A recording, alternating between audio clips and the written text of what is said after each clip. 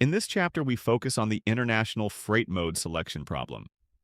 The decision is whether each shipment should move by air or by ocean, and the goal is to balance cost, speed, and delivery reliability. Air freight is fast but expensive, while ocean freight is cheaper but slower and more exposed to congestion and disruption risk. The practical challenge is making these trade-offs systematically across many shipments and destinations. Our scenario follows Tech Global Manufacturing.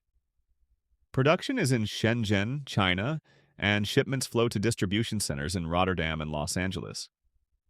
The portfolio includes 3 product categories with very different profiles: high-value microprocessors that are time-sensitive, standard components with moderate urgency, and bulky server equipment that is heavy and less time-sensitive. Each month, the company plans a shipment schedule of 150 product SKUs. We also operate under disruption conditions. Due to Red Sea disruption effects, ocean freight costs are elevated, and transit times are extended on Asia to Europe routes. In the problem setting, ocean freight costs increase by 40%, and transit can be extended by 2 to 3 weeks. Meanwhile, air capacity remains tight, with rates around $5.50 per kilogram for trans-Pacific routes, and $6.20 per kilogram for Asia to Europe. Mode selection becomes hard because multiple dimensions interact. Shipments differ in value density and deadline urgency, and destinations have different holding cost rates and service expectations.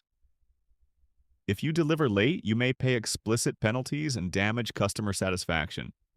If you deliver too early, you incur inventory holding costs. The best choice is not simply air for everything or ocean for everything, but a structured allocation across shipments. This chapter uses a tiered toolkit. Tier 1 is a binary integer program that sets a rigorous baseline with explicit cost components and constraints. Tier 2 adds a fast cost-time priority heuristic. Tier 3 applies a genetic algorithm to search for better solutions in complex cases. Tier 4 uses reinforcement learning to adapt under changing conditions. Tier 5 adds a digital twin for system-level what-if analysis, and Tier 7 and 8 add human judgment and ethical governance. Tier 1 formulates mode selection as an optimization model. The decision is which mode each shipment uses, to which destination, and in which time period. The objective is to minimize total supply chain cost, including transportation cost, inventory holding cost caused by early arrival, and penalties for late arrival. Constraints enforce one valid assignment per shipment and respect capacity limits by mode and period. This slide defines the sets used in the model. We index shipments, modes, destinations, and time periods.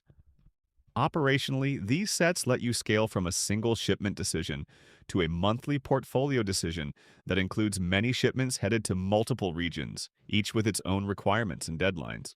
This slide summarizes the parameters. Transportation costs depend on shipment, mode, and destination. Transit time depends on shipment and mode. We also track shipment value and weight, demand dates by destination, holding cost rates at each destination, late penalties, and capacity limits for each mode in each planning period. These inputs connect cost, service, and feasibility. The decision variables represent the actual plan. The core variable is a binary assignment that selects a mode for each shipment, destination, and time period. 2 additional variables measure early and late arrival days. They convert schedule timing into monetary impacts through holding costs for early arrival and penalties for late arrival. The objective function adds 3 cost components. The first term is transportation cost across all chosen assignments. The second term applies holding cost to early arrival days, scaled by shipment value and destination holding rate. The third term applies late penalties to late arrival days. Together, these terms encode the full economic trade-off between speed and cost. The constraints ensure the plan is feasible. Each shipment must be assigned exactly once, meaning it must choose one mode, one destination, and one time period. Capacity constraints ensure that total weight assigned to each mode in each period does not exceed available capacity. Timing constraints connect the demand date, the chosen period, and the transit time to the early and late variables, so that service performance is explicitly measured. This workflow figure ties the model to a real planning process. You start with shipment attributes and market conditions, then evaluate feasible mode and schedule choices under capacity limits. The output is a shipment-by-shipment mode plan that can be executed and monitored. Importantly, the model is designed to support portfolio trade-offs rather than making each shipment decision in isolation.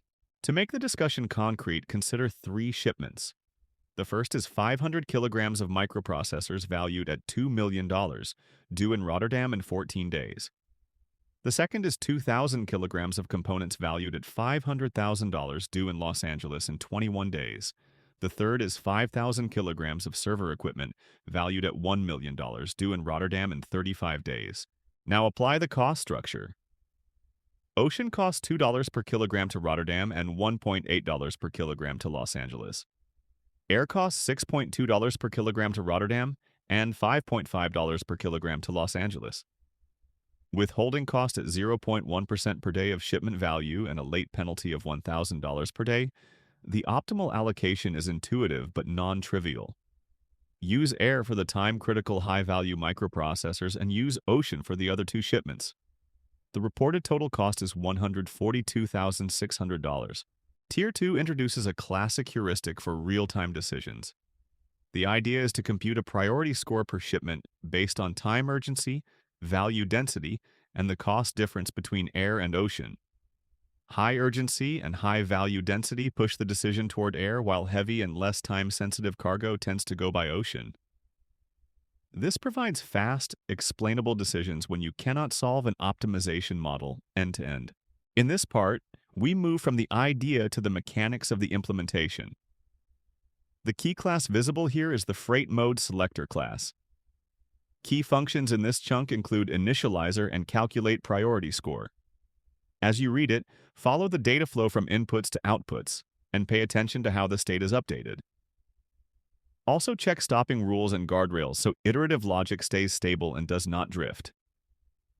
If feasibility is enforced with penalties or repair steps, confirm the penalty scale is large enough to prevent invalid outputs from looking attractive. A practical check is to print or log a few intermediate quantities so you can verify that the update logic behaves as expected. In this part, we move from the idea to the mechanics of the implementation. Key functions in this chunk include total cost and select modes batch. As you read it, focus on the sequence of steps in which variables are carried forward, because that is where most implementation bugs hide. Also check stopping rules and guardrails so iterative logic stays stable and does not drift.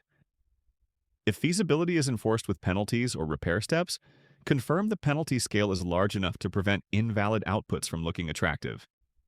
A practical check is to run this section on a tiny test case and confirm intermediate values before scaling up.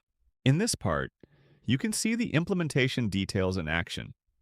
As you read it, focus on the sequence of steps and which variables are carried forward, because that is where most implementation bugs hide. A practical check is to run this section on a tiny test case and confirm intermediate values before scaling up. This flow diagram illustrates how the heuristic translates shipment attributes into a mode decision. The decision logic is not just about speed, but about where speed creates the highest total benefit. A key benefit is that the logic is easy to explain to stakeholders. Shipments go by air when the combined urgency and value indicators justify the incremental cost. In the 3-shipment example, the heuristic produces clear priorities. The microprocessors receive a very high priority score and are assigned to air. The components and servers receive much lower scores and go by ocean. The reported optimized cost is $144,200, which achieves 98.9% of the mathematical optimum while running in sub-second time. That makes the heuristic practical for fast replanning. Tier 3 uses a genetic algorithm when the problem has complex interdependencies. A chromosome represents a complete shipping plan, with a mode choice for each shipment. The fitness function evaluates total cost and feasibility under capacity and service constraints. Evolution operators like crossover and mutation explore alternative allocations, which can uncover patterns that a greedy heuristic misses. In this part, we move from the idea to the mechanics of the implementation. The key classes visible here include the genetic algorithm parameters and shipping plan genetic algorithm classes. Key functions in this chunk include initializer and initialize population. You will notice logic related to mutation, crossover, population. As you read it, focus on the sequence of steps in which variables are carried forward, because that is where most implementation bugs hide. Also check stopping rules and guardrails so iterative logic stays stable and does not drift. A practical check is to print or log a few intermediate quantities so you can verify that the update logic behaves as expected. In this part, the code makes the slide method executable.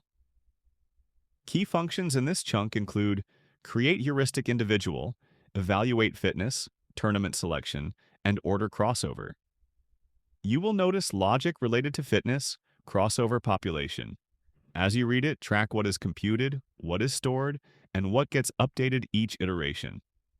Also check stopping rules and guardrails so iterative logic stays stable and does not drift. If arrays or tables are involved, double-check indexing and alignment, because off by one mistakes are common in time and sequence code.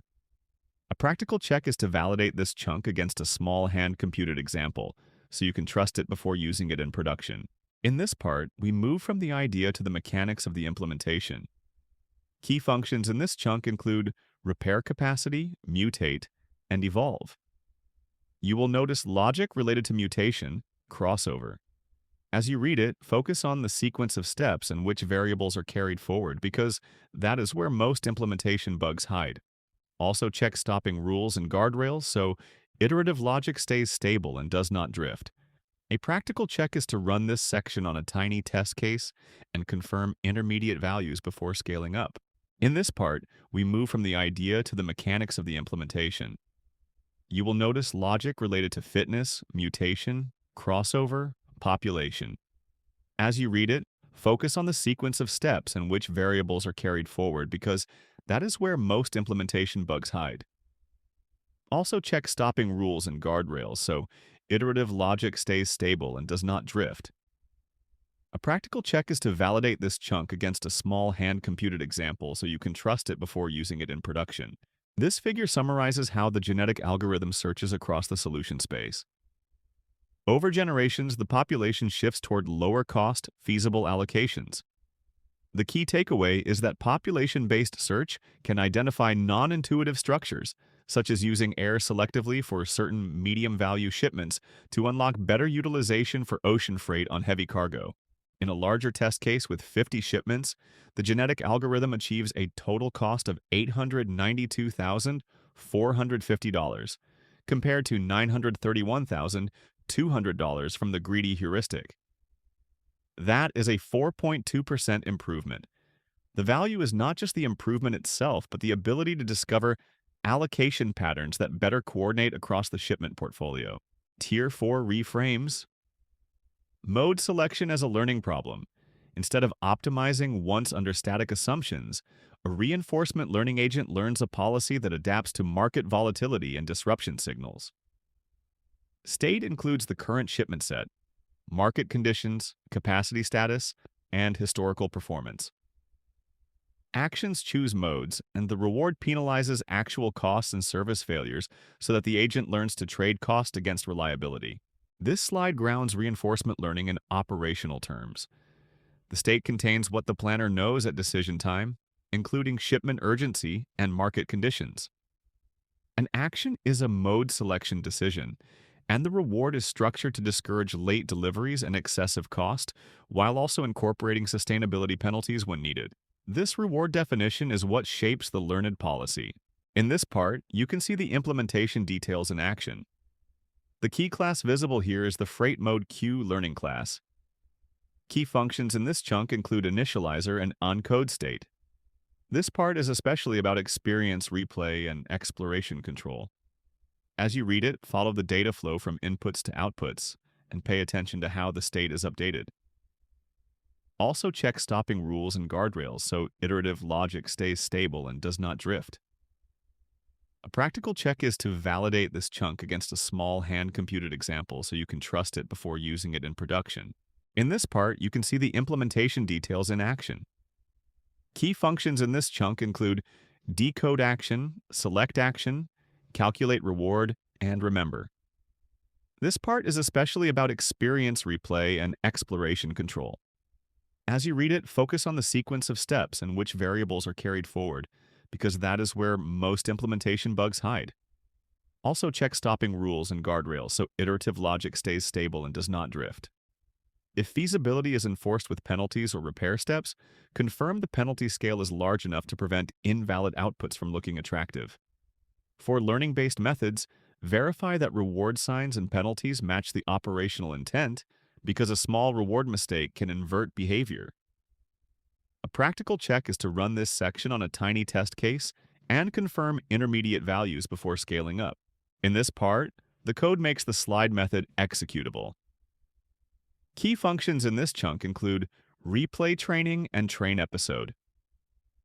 This part is especially about step-by-step simulation, loss computation, and experience replay.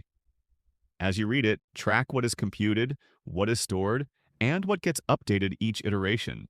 For learning-based methods, verify that reward signs and penalties match the operational intent, because a small reward mistake can invert behavior. A practical check is to print or log a few intermediate quantities so you can verify that the update logic behaves as expected. In this part, the code makes the slide method executable. This part is especially about experience replay. As you read it, follow the data flow from inputs to outputs and pay attention to how the state is updated. For learning-based methods, verify that reward signs and penalties match the operational intent, because a small reward mistake can invert behavior. A practical check is to run this section on a tiny test case and confirm intermediate values before scaling up. This diagram summarizes the reinforcement learning workflow. Data about actual performance feeds back into training, and the trained policy produces updated mode decisions. This is especially valuable during disruption periods, when static assumptions about transit time and price do not hold. A learning-based policy can adapt systematically rather than relying on ad hoc overrides. In the disruption training example, after 1,000 episodes, the agent learns to anticipate volatility. When ocean rates spike by 30%, it shifts 60% more cargo to air compared to static rules. The reported impact is that average delivery delays drop from 4.2 days to 1.8 days, while keeping cost increases within 15% of normal operations.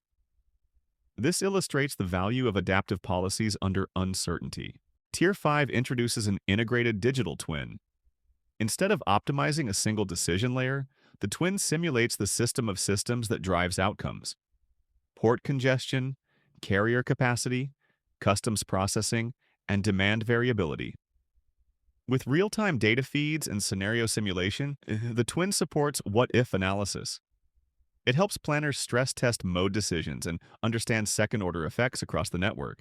This architecture figure shows how the digital twin connects data sources and models. The twin integrates multiple subsystem models and updates continuously as new tracking and market data arrives.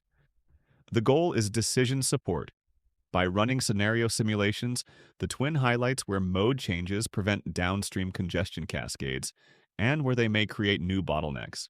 In the concrete implementation example, the digital twin processes 2.3 million data points per day from 47 integrated systems. During hurricane season 2024, the twin predicted a 73% chance of delays of 5 or more days on ocean routes, and recommended shifting 40% of time-sensitive cargo to air 3 days before disruptions. The reported impact is avoiding $2.8 million in late penalties. Tier 7 recognizes that mode selection is not purely a math problem. Humans add context about relationships, geopolitical nuance, and strategic intent that is difficult to quantify. The Centaur model combines AI's ability to process data and optimize at scale with human oversight for exceptional situations. Crucially, human overrides are treated as signal. The reasons for the override are captured and used to improve the system over time. This slide illustrates the collaboration loop between humans and AI. The system provides recommendations and transparent explanations, and humans validate or adjust the plan. A strong interface makes trade-offs explicit, such as cost versus service reliability, and also surfaces non-financial constraints like partner commitments and sustainability goals. During the 2024 Suez Crisis, the AI recommended switching 80% of Europe-bound cargo to air for cost-time optimization. A senior manager rejected that extreme move to protect long-term ocean partnerships and sustainability commitments. The final plan used 60% ocean, 25% air for high-value cargo, and expedited ocean service for the remainder, achieving 91% on-time delivery while preserving strategic relationships. Tier 8 ensures that decisions align with broader values, not just cost. An ethical framework adds sustainability, labor practices, and stakeholder fairness to the decision logic. It also requires algorithmic transparency. Decisions must be explainable and auditable so the organization can detect bias, prevent harmful outcomes, and report impacts to stakeholders. This architecture highlights governance and accountability. The framework tracks carbon impact, labor standards, economic effects, and transparency requirements. By design, decisions are traceable and can be audited. This helps avoid hidden biases, ensures compliance, and builds trust with customers, carriers, and internal stakeholders. A practical way to implement value alignment is an ethical scoring system. Environmental scoring rewards ocean freight for lower emissions and penalizes air for higher emissions, with adjustments for sustainable fuel programs. Social scoring evaluates labor practices and safety. Economic scoring keeps cost efficiency but prevents excessive concentration. Transparency scoring ensures every decision comes with a clear explanation and regular reporting. The reported governance results show why the framework matters. Pure cost optimization would concentrate 85% of volume with 2 carriers, increasing systemic risk and market power concerns. With value-aligned constraints, business is distributed across 8 carriers at only 3.2% higher cost. Environmental impact decreases by 31% through preference for efficient ocean options, and quarterly audits detect and correct bias in route selection. To practice, start by writing the full Tier 1 model for a small portfolio, including air capacity of 8,000 kilograms per month. Solve it and compare the optimal plan against all air and all ocean baselines. Then implement Tier 2 priority scoring and quantify how close it gets to the optimum. For Tier 3, specify chromosome encoding and feasibility-preserving crossover, and for Tier 4, train a learning agent under disruption scenarios. Finally, design digital twin what-if tests and an ethical scoring system that includes carbon and labor metrics. International freight mode selection is a strategic decision under uncertainty. A strong solution stack balances cost, service, and sustainability at the portfolio level. Tier 1 gives the rigorous baseline, Tier 2 enables fast decisions, Tier 3 searches deeper trade-offs, and Tier 4 adapts to volatility. Tier 5 provides system-level simulation insight, and Tiers 7 and 8 ensure human judgment and value alignment remain central.